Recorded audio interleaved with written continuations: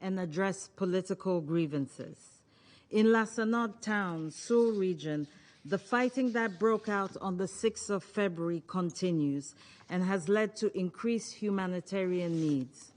An interagency assessment reports more than 185,000 people displaced, 89% of whom are women and children. At least 63 civilians were killed and over 363 injured. Efforts to stop the fighting are ongoing, but the situation, including the targeting of civilian infrastructure, remains alarming. I would like to reiterate the previous statements by the United Nations and international partners condemning the violence, calling for the resolution of political tensions through dialogue, and calling for unhindered humanitarian access to urgently address the needs of those displaced and impacted.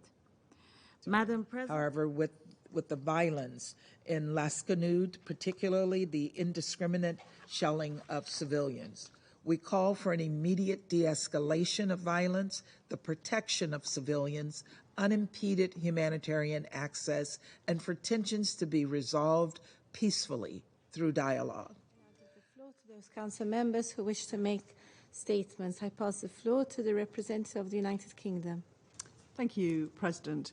And let me start by thanking the Deputy Special Representative, the Special Representative of the AU and the Executive Director of UN Women for their very informative briefings.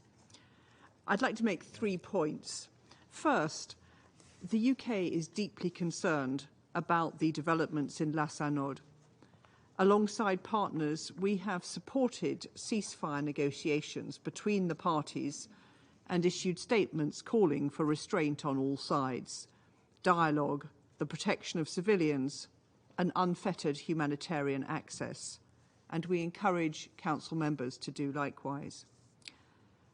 President, the problems in Las Anod remind us that we need to support Somalia to make progress on fundamental questions of power and resource sharing, including finalising the constitution. These are vital building blocks for long-term state building and security. Transition.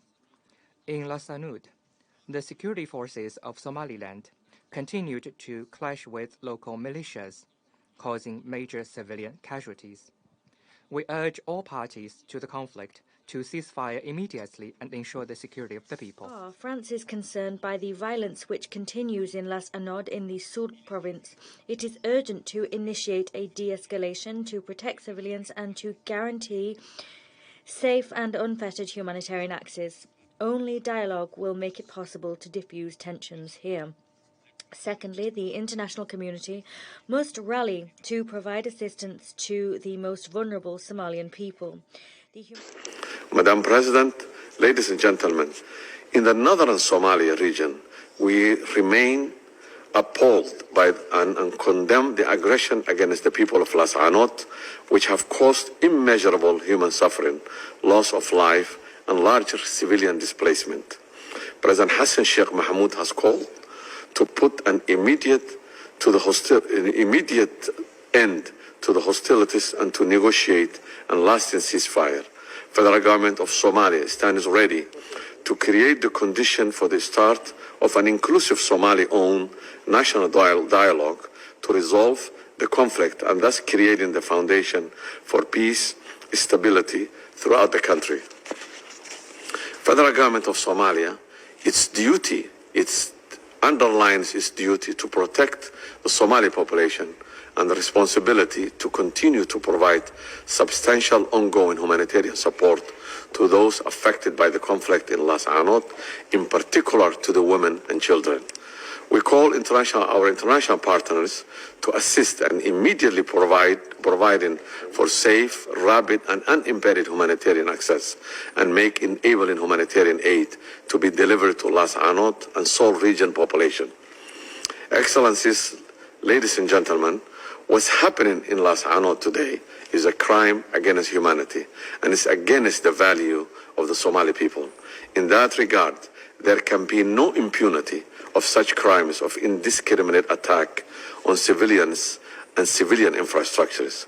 Furthermore, the federal government of Somalia is committed to investigate and hold the perpetrators accountable. I thank you, Madam President. I thank the representative of Somalia for